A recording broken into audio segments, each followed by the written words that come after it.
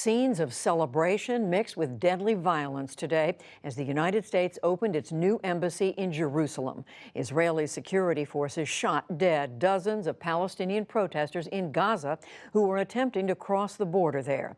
Health officials there said more than 2,000 others were wounded. Blanket denunciation swept across the Arab and Muslim world, blasting both the U.S. embassy move and the killings. Thousands marched in Istanbul, decrying what many called a massacre. And Turkey's government announced that it would recall its ambassadors to Israel and the United States.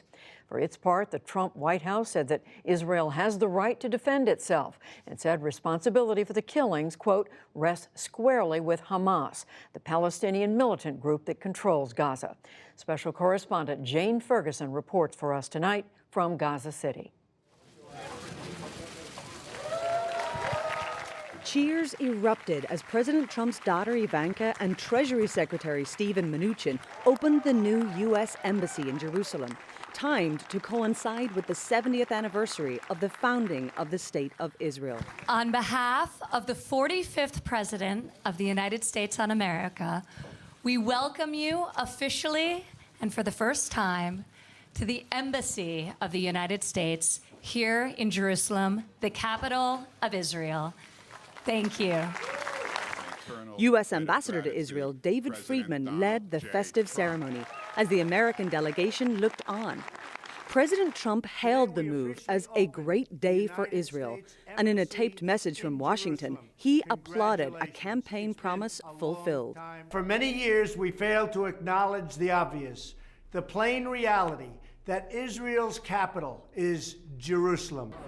Control of Jerusalem has been at the heart of the Israeli-Arab conflict ever since the United Nations drew the boundaries for a Jewish state in 1947. The city is sacred to Christians, Muslims, and Jews. 1/3 of its residents are Palestinian. They claim East Jerusalem as the capital of a future state of their own. Mr. Trump insisted the U.S. is still dedicated to peace between Israelis and Palestinians. Our greatest hope is for peace. The United States remains fully committed to facilitating a lasting peace agreement. But adding to the religious strain, a pair of controversial American Christian pastors, known for their deeply anti-Muslim rhetoric, led prayers. John Hagee and Robert Jeffries are vocal supporters of the president. Jeffries has decried Islam as heresy from the pit of hell and has disparaged Mormonism and Judaism as well. I am so proud to be here today in Jerusalem, the eternal heart of the Jewish people. The president's son-in-law, Jared Kushner, who was charged with brokering peace talks, said he's hopeful the move will help bring a solution to the long-running conflict. We have shown the world once again that the United States can be trusted. Finally, Israel's Prime Minister Benjamin Netanyahu declared it a glorious day. Thank you, President Trump, for having the courage to keep your promises. Our brave soldiers are protecting the borders of Israel as we speak today. But on those borders, that protecting meant deadly violence across the Palestinian territories and scenes of bloodshed set against the Jerusalem celebrations. In Gaza, tens of thousands gathered near the border with Israel, trying to make it over the fence. The Palestinians are calling for their right of return to the ancestral homes they lived in before Israel was founded, an event called the Nakba, or catastrophe, by Palestinians. We are now next to the Israeli borders, next to our occupied village. The Israelis stole our village and dismissed us from our village. From Ramallah on the West Bank, Palestinian Authority President Mahmoud Abbas denounced Israel and its reaction to the protests. Today's massacres continue against our people in the Gaza Strip and on the West Bank. This is not an embassy. It is a U.S. settlement outpost. These protests have been going on for 6 weeks, but today, amid the embassy move, anger here reached new levels. The crowd that has shown up today is significantly larger than they've seen in recent weeks, which they have been calling for, but they are, as you can see, occasionally rushing the fence. The Israelis are not showing any patience for that. They've been firing sniper rounds, and we've seen ambulances leaving the area with the injured. Dozens of protesters have been brought just to this one medical spot, and all of them have been shot in the leg. So many people arrived with gunshot wounds, many were forced to lay on the ground outside in agony, waiting to be taken to hospital. With another day of protest declared for tomorrow, the bloodshed in Gaza will go on long after the celebrations in Jerusalem. Judy, as of now, the death toll stands at least 55, the deadliest day here since the 2014 war.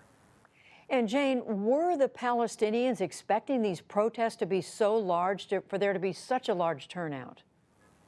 They were expecting that. They'd been calling on people to come out. Now, we drove around Gaza City this morning just ahead of the protests. Almost every single shop shut down. Now, there's been a big push to get people out to these protests to make sure that the numbers were big today in particular, with the embassy move going on in Jerusalem.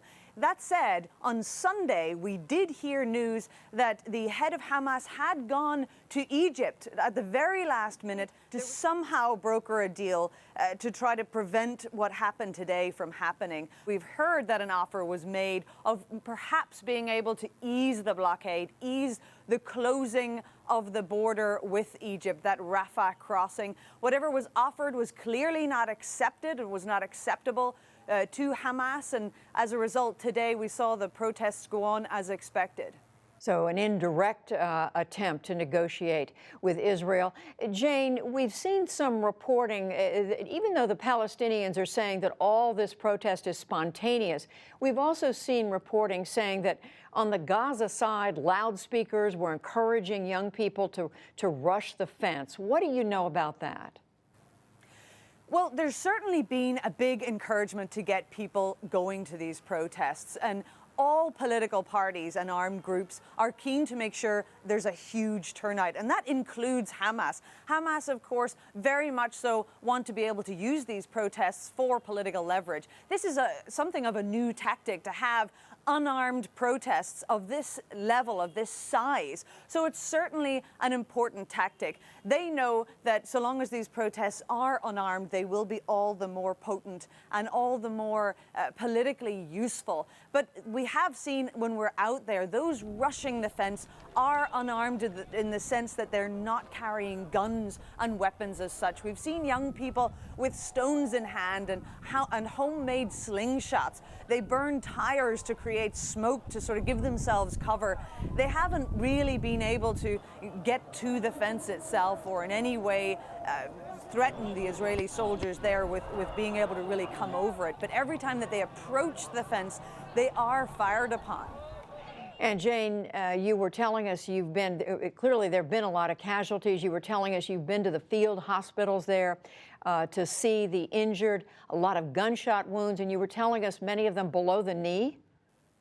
Absolutely. You know, along with those 55 dead today, we've also had a massive number of casualties. The authorities here say over 2,700 people.